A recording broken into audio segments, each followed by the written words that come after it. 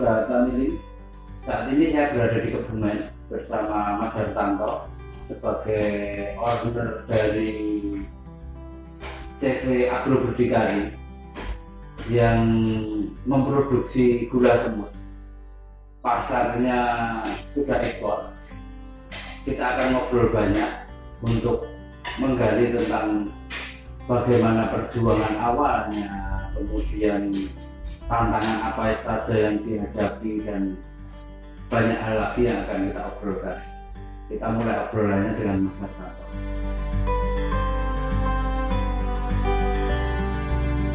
Selamat siang Mas Hartanto. Selamat siang Mas.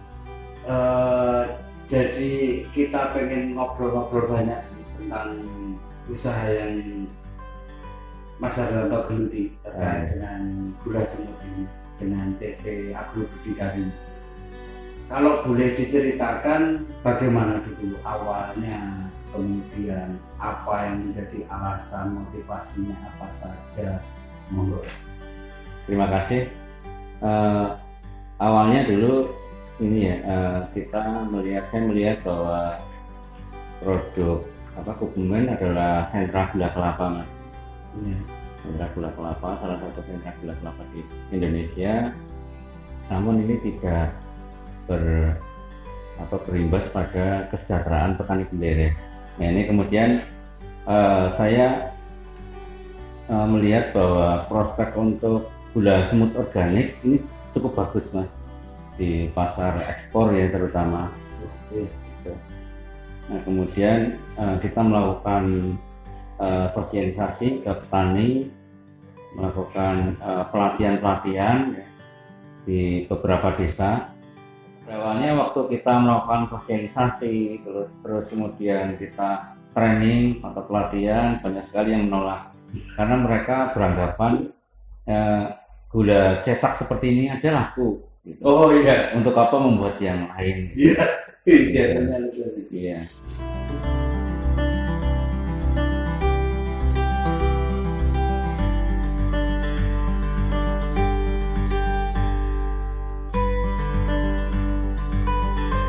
Jadi dengan gula semut organik ini, mereka bisa memproduksi pangan sehat.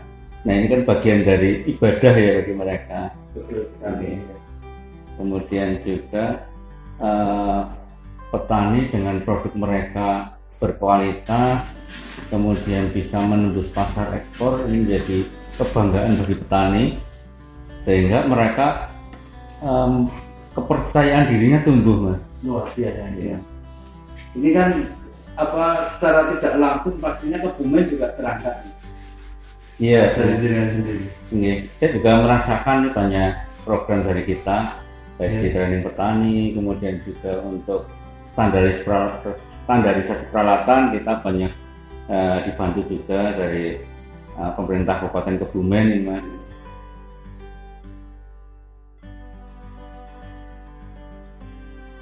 Jadi Mas Hartanto bisa diceritakan ke kita tentang bagaimana sih urutannya dari alurnya dari kebun itu sampai ke produk jadi yang dikemas bagus seperti itu.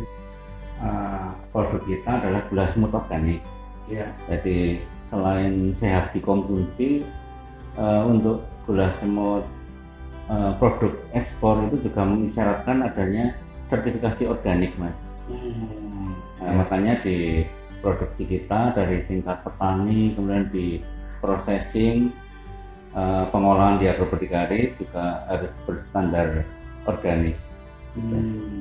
Nah, ini meliputi dari awal dari kebun, kemudian budidaya tanaman kelapanya, itu harus organik, kemudian dari petani dari panen nira atau menderek, kemudian memasak niranya juga itu kita mempunyai SOP. Nah, SOP ini yang selalu kita sampaikan ke petani lewat proses asistensi pendampingan. Jadi ada tim internal control system kita dari Agro Berdikari yang melakukan pendampingan di petani, Mas. Iya.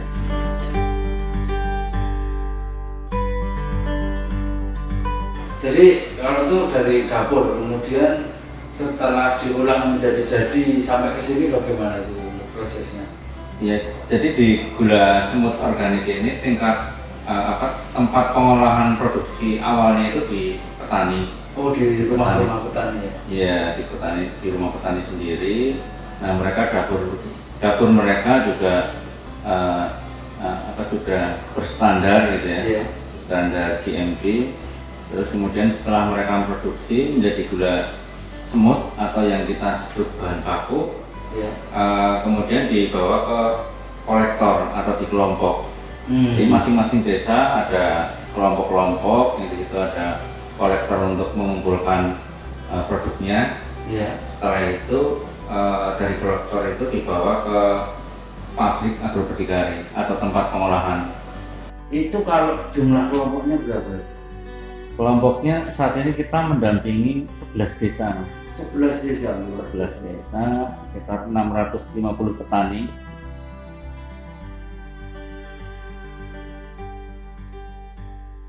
Di kolektor itu juga untuk pengangkutan, kemudian penyimpanan juga ada SOP-nya juga. Iya, ada SOP-nya juga. Jadi proses penerimaan barang, penimbangan, kemudian penempatan barang, Ya. pencatatan juga. Oh iya, pencatatan. Kalau untuk di sini prosesnya seperti apa? Sampai dikemas jadi cantik-cantik seperti itu, prosesnya bagaimana itu? Jadi dari kolektor dibawa ke gudang kita, kemudian dari sini diproses lebih lanjut. Itu ada pertama pengayakan, Mas.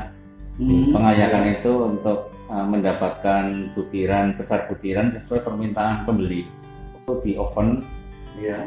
Nah, oven ini untuk mendapatkan kekeringan sekitar 1%. Itu kadar airnya, Mas? Kadar air, ya. Wah, kadar airnya 1%. Agar lebih awet, ya. Agar lebih awet. Ya. Kalau di tingkat petani itu kekeringan sekitar 5% kadar airnya. Iya. Jadi harus diturunkan. Iya. Setelah di oven, kemudian diayak lagi yang kedua kalinya. Iya, pengayakan lagi agar nanti butirannya itu tidak membeku gitu ya. Terus setelah itu disortir, Mas.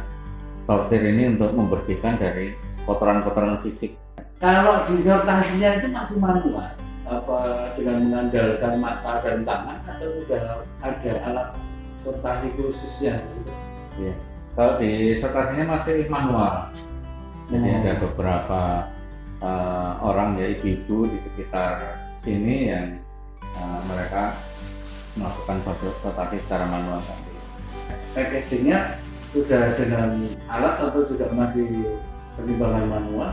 Ya, kalau packagingnya ini kita bagi dua, ya, sesuai dengan pasarnya saat ini yang sedang kita layani. Jadi kalau yang untuk pasar lokal itu kita membuat packaging seperti ini, Mas.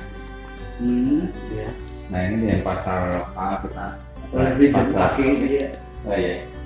Nah, ini kita ada pasar di Bandung, Jakarta, beberapa kafe. Nah, kemudian kalau untuk pasar ekspornya dalam bentuk packing dus itu 20 kilo per dusnya. Dan itu sejak kapan ekspornya, kemudian volume ekspornya itu, kapasitas ekspornya itu berapa, itu bisa dibagikan kan?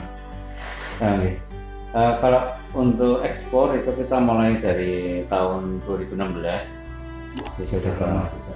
2016. Iya. Iya. Ekspor ke beberapa negara di Amerika, Eropa, kemudian Jerman. Ya. Nah, saat ini kita sedang melayani yang di Spanyol ya. Sekali kirim kalau per tahun kira-kira berapa sih untuk volumenya gitu? Kalau setiap bulannya itu rata-rata 40 ton, Mas. 40 ton ya? Iya. Wah.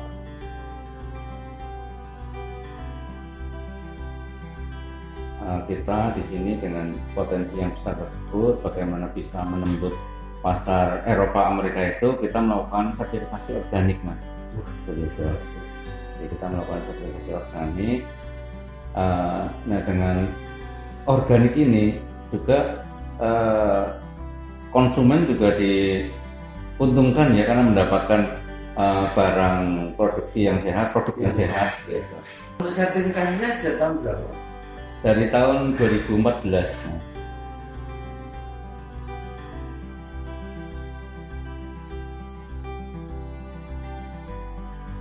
Cerita menarik yang bisa menjadi semangat buat kami dan warga Taniling tentunya, itu apa saja sih cerita-ceritanya bisa dibagi ke kita. Jadi gula semut ini bagi saya merupakan seperti keajaiban gitu ya. Ya seperti tadi, kalau di petani itu banyak hal yang berubah gitu ya. Nah saya pribadi pun juga demikian ya.